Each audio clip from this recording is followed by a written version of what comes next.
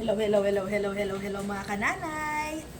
Gawa naman tayo ngayon ng amats nating pulutan. Ayan. Ang ginamit lang natin ay syempre kung ano yung available sa ref. Ito, nag-slice ako ng repolyo.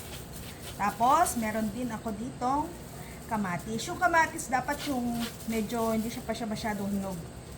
Yung medyo ganyan pa lang yung ano niya, para crunchy. And then, lalagyan din natin siya nitong sibuyas. Yan. Tapos, eto namang red bell pepper. Itong red pepper na to, nakita ko lang to sa ref eh. Nasa freezer siya, medyo matuyo-tuyo na, pero pwede pa rin yan. Masarap kasi dyan yung lasa. And then, ang lalo magpapasarap dyan ay eto. Naglagay tayo ng melted cheese. Tingnan mo naman. Pasensya na po kayo sa aking lutuan. Melted cheese. At, wow! Tignan mo naman. At, hindi lang yan.